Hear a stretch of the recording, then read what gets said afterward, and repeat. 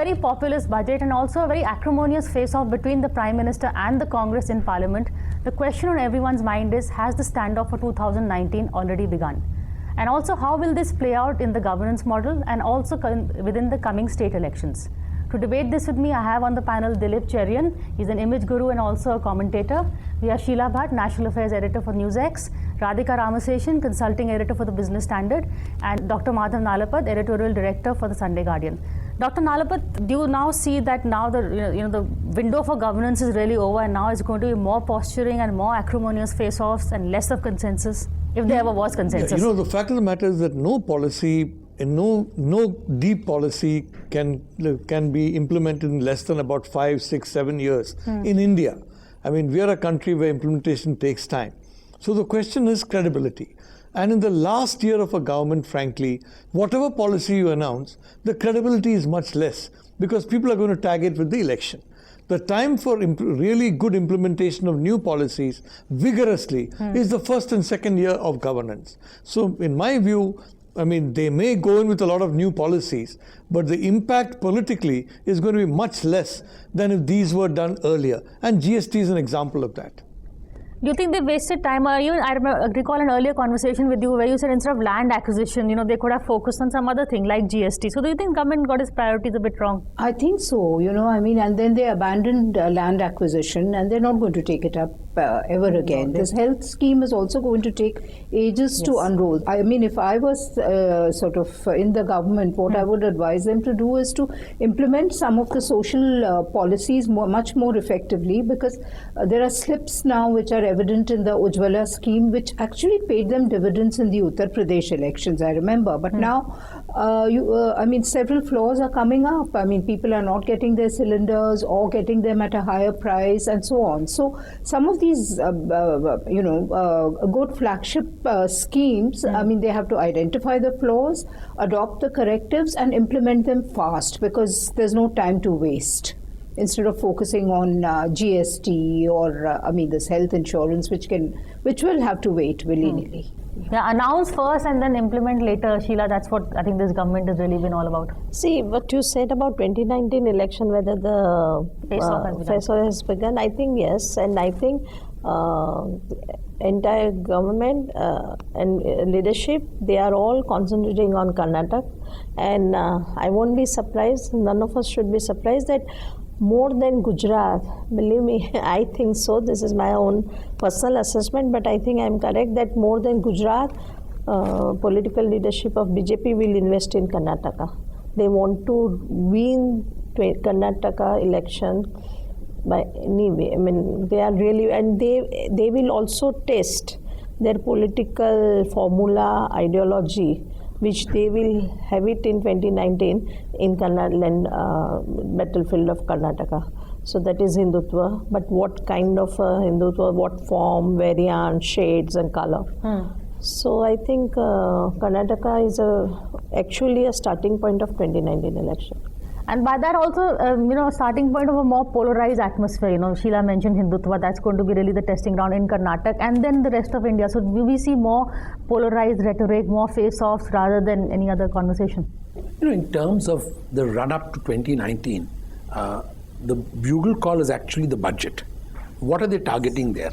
The poor through an insurance scheme and the farmer through a price scheme.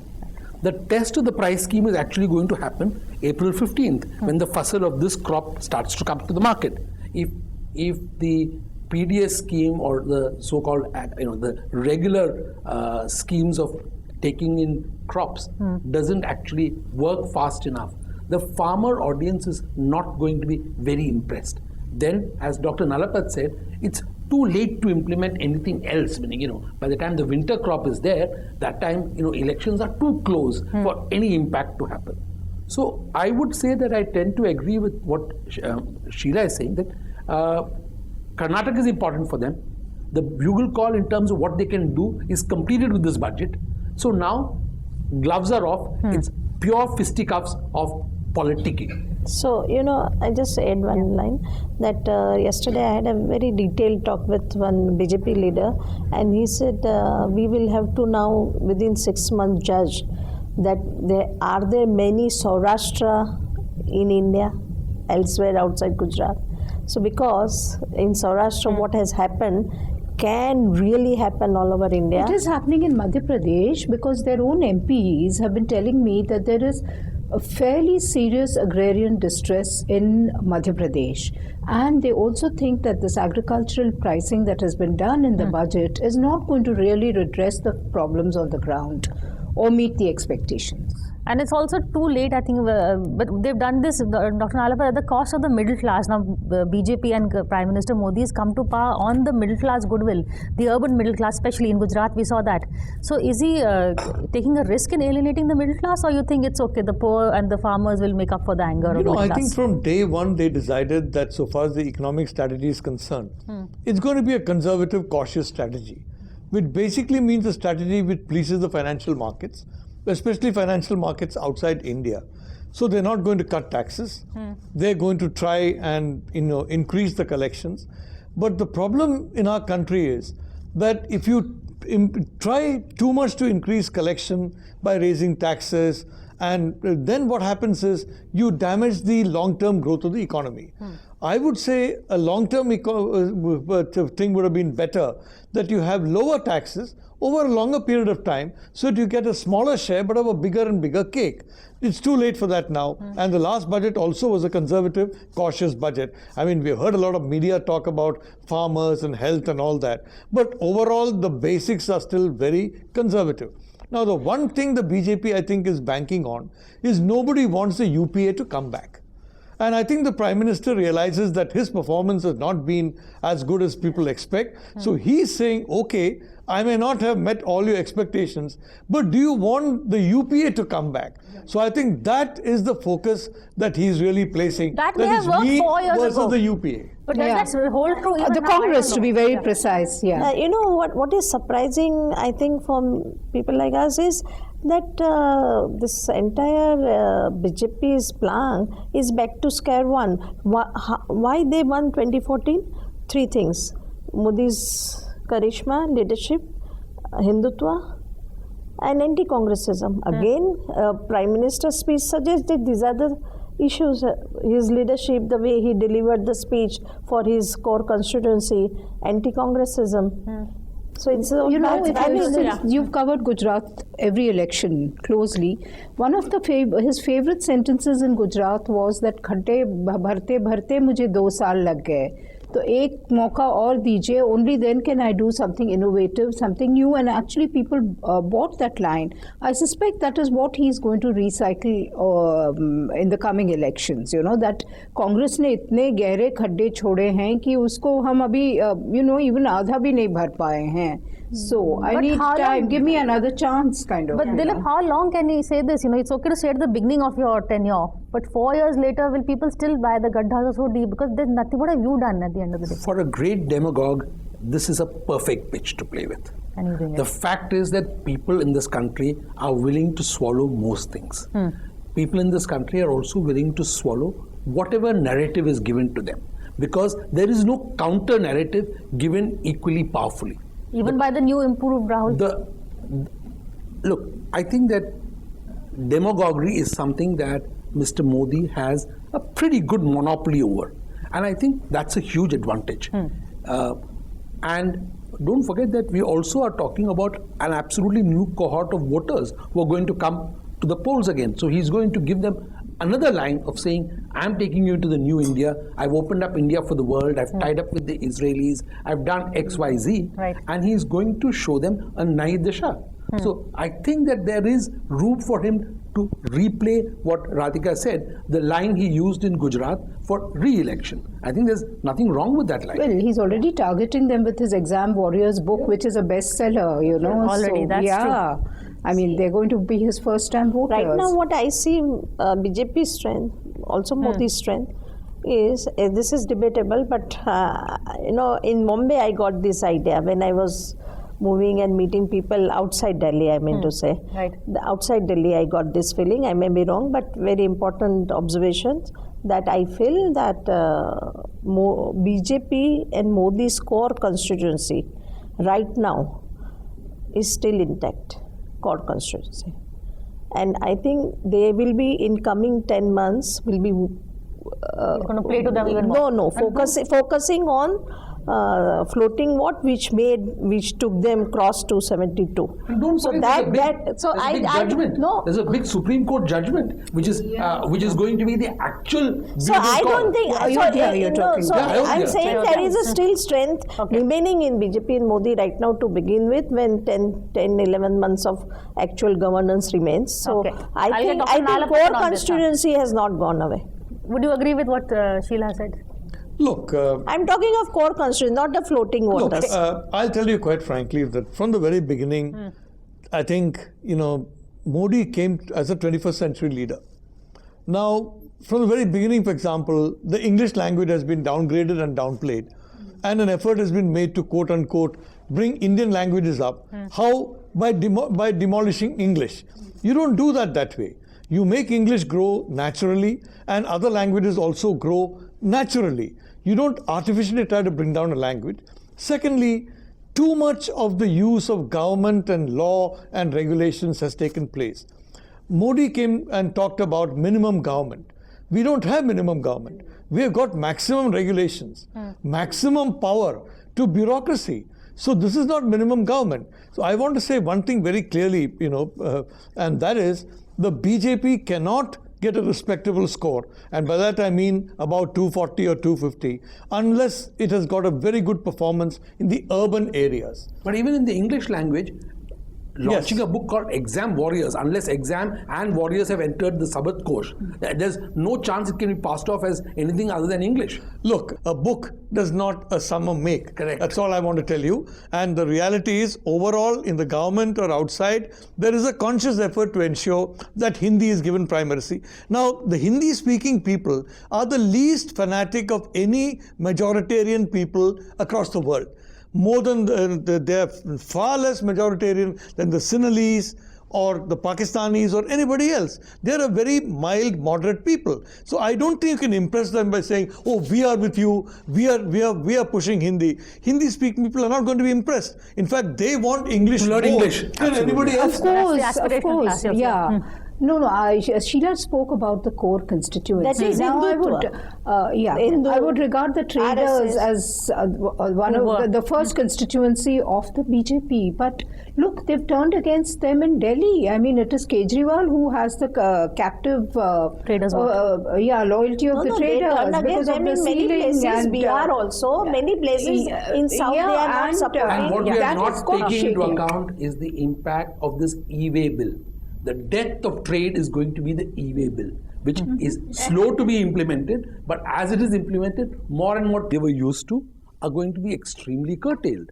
So the fact is that the e-way bill is actually going to knock off the core constituency, to my understanding, of what Modi was hoping So for. what other Dilip, I just want to make a point. The e-way bill is fine in the context of an efficient and honest administrative structure. If it's not in that context, it's impossible to implement. And the reality is, frankly, by some magic wand, our bureaucrats have not become honest and they've not become efficient.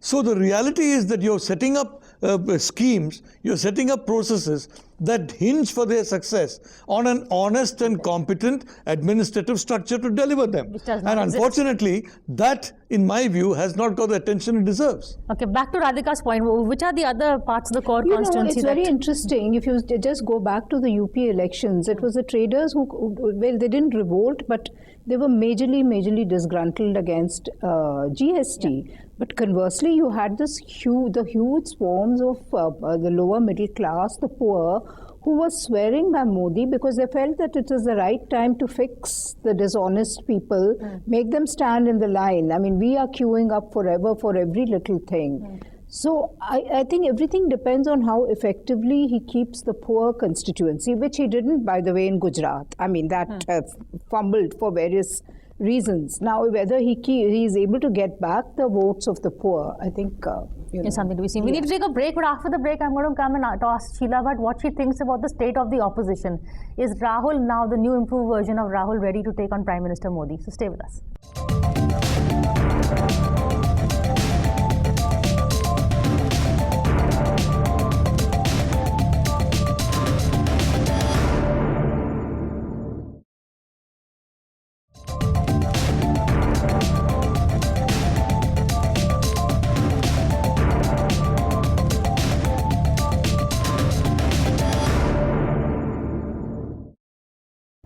welcome back to the NewsX Sunday Guardian Roundtable. We are here discussing the run-up to the 2019 elections. You know, Sheela, before the break, we discussed the state of the BJP and the Prime Minister in particular. What about Rahul Gandhi and the opposition? Right. See, in this budget session, which was quite an eye-opener for me, Amit Shah spoke first time in Rajya Sabha. Ghulam Nabi Azad gave a very good reply to President's speech. Chidambaram gave a very good, very strong rebuttal to budget and Jaitley's arguments, which are known to all. But Jaitley gave a reply to the budget. Prime Minister spoke in both houses, but not a single comment from Rahul Gandhi. How do you see this? You don't need any answer, and you don't need to say anything further. One, Rahul Gandhi refused to speak immediately after budget, just 2 lines. He should have criticized it in simple language, 2 sentences, and then he should have said, because he comes out as a serious person now, a very evolved person, engaged person, definitely. So he should have said that I will study further and come back to you. Or he should have, after 5-6 hours of budget, he should have called a press conference, 100 cameras would have gone to him. Or he should have opted for a speech in Lok Sabha on the floor of the house, and in presence of Modi, he should have really demolished this budget. That what is before, what is there for middle class, what is game changer, what is aim chaser, what Modi. Correct. He didn't do anything. Second very important thing happened in this budget session. Sonia Gandhi gave a very good speech, interesting speech. She said that people are disenchanted, disappointed, and disillusioned with the people, with the government. Congress Parliamentary Party. Congress Parliamentary Party. But in that, the report said that she said that Rahul is my boss. But actually, is she? I mean, factually correct in the sense that she is still a chairman of a bigger body than Congress. Absolutely. And she's kind of a... UPA. Yeah, that's UPA. So she still remains. And then another thing happened, that this in alliance, which is the most important thing, according to me, Congress has a very good chance if they can form a good alliances. I mean, good chance of improving their 2014. But in that also you see that Sonia is taking the lead. Exactly. Why? Because the allies will not take Rahul's leadership. My reading is that I agree that there were opportunities missed, but I think Rahul has decided to let Chidambaram take the economics brunt. That's very clear. He is letting him make statement after statement. He has chosen to ride a different hobby horse.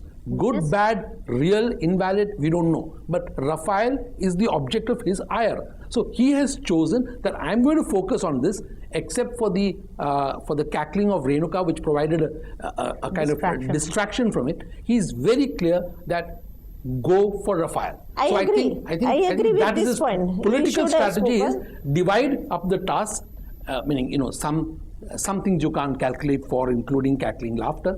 But aside from that, I think that the fact is that he knows that Chidambaram is adequate to demolish economics as it stands within the Modi. But there was the president's address also. It wasn't just the budget.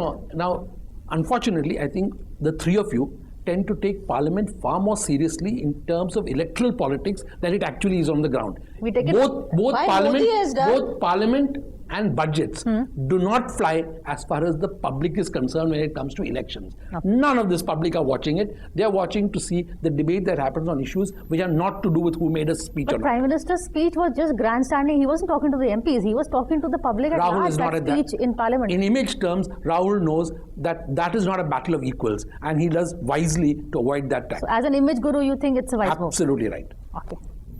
Your point on Rahul? Well, I'd like to say that and elections are basically never won in India, they're lost. 2014 was lost by Sonia Gandhi. I mean, 70% of the reason why the BJP has got a majority is the Congress party. And the biggest challenge facing Rahul is to convince voters in India that a Rahul-led Congress is not going to be a repeat of the Sonia-led Congress. Because nobody wants the Sonia-led Congress to come back. Now, that's the challenge he's facing. And one of the two main points were there against the Sonia-led Congress. One, it discriminated against the Hindu majority. whether it's a right to education or so many other ways, the Hindu majority was definitely discriminated against in a very unsecular way by the Sonia Congress. Manmohan Singh was very frank. He said, look, I care only for minorities, nobody else. He was blunt about it. Right. The second point is corruption. And here the Sonia-led Congress is regarded as the fount of corruption. Now on these fronts, what is Rahul Gandhi trying to do? On the corruption front, as Dilip very wisely said, he is now trying to show that, look, BJP is at least as corrupt as we were, if not much more corrupt. So, I mean, this is early days. I mean, so far, Rafael may not have got much traction, but God knows if he's got some other arrows in his quiver. But definitely the Congress party will need to show that they are not the masters of corruption. The BJP are the masters of corruption. So far as the other thing is concerned, his temple visits, I think that made an impact in Gujarat. And I think he has realized that there is a feeling among the Hindus that they've been taken for granted. And I think he is working on that. If he succeeds, and more importantly, if the BJP fails, then I think he's going to put a good showing. But I would repeat, the most important thing, if the BJP fails in the next 10 months. Your take on Rahul? My take on Rahul, I think contrary to what a lot of people say, I think he's moving pretty much in the right direction. First, he also has this big task of putting his own house in order. There is definitely, I mean, noticeably an old guard which is quite resistant to his emergence. So he's, without really raising anybody's hackles or anything, he's quietly kind of put them in their place, I would say. He's promoting new leaders. The first test case, of course, awaits in Rajasthan, and there is also Madhya Pradesh to see. The indications are that they're not going to project leadership in these states. So I would imagine, like the BJP, he will focus on these state elections. He will focus on putting the central party in order, because he has figured out that, getting the organization in place is very important before really kind of sallying forth in an election. So I pretty much feel that he's kind of, I'm not giving too much emphasis to the fact that he didn't speak on the budget or he didn't give sound bites or anything of that sort. As Dilip says, he's quite realistic about his own limitations, he and Sonia. Now, you're talking about alliances. There is no doubt, I agree with Sheela, that it is Sonia who can stitch an alliance together. But Sonia being Sonia, she will do it very discreetly. I do not think she is going to put herself in the front, lest all this talk happens once again that, but she is the power behind the throne. I think she will be very, very careful. She will not repeat the same innuendos that one heard when Manmohan Singh was the Prime Minister. Okay, we are out of time, so I want a quick answer from all of you. In terms of cutting across party lines, who is the best alliance builder? We've seen a lot of BJP allies are fed up of Prime Minister Modi. Rahul, they don't like very much. They prefer Sonia. So, because if there is a hung house, if we're heading for a hung house in 2019, who has a better chance as emerging as the big alliance? Post-election. We can't say that now. Post-election. So who would the people trust more? No, Indian politics is too vibrant, lively, fascinating. So nobody's going on a post. I don't know. I can't say who will be. See, winner takes it all. Okay, so we'll wait and see. The winner takes it all. I think everybody's going for that. I can't say that now. Okay, so we've seen both Rahul and Prime Minister Modi. They have already begun, trying out the talking points for the run-up for 2019. How these shape up, I think we've got a pretty good idea here from this discussion. But we're going to keep watching this space. So stay with us and see you again next week, same time.